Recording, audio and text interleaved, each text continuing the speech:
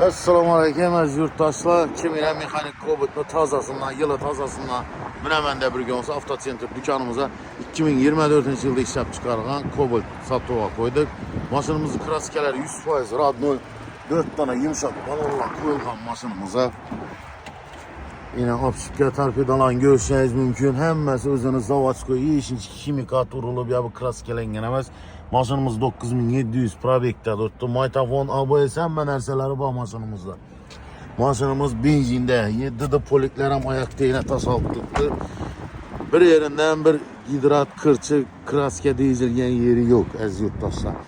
Bu maşınımızı sizlere 145 milyon son naqd pul olsa bərəmiz. Bundan baxa başqa yerdə yok da bu liman. İkilemçi kredit barterlerimizden var. Gəlsənizdə üstünde hesap kitabını çıkartıp bərəmiz. Mənzil Xanqa yolunda 9 Naxır Avtocenter salonumuzda tuttu. Başka türdeyi maşınlarımızdan var.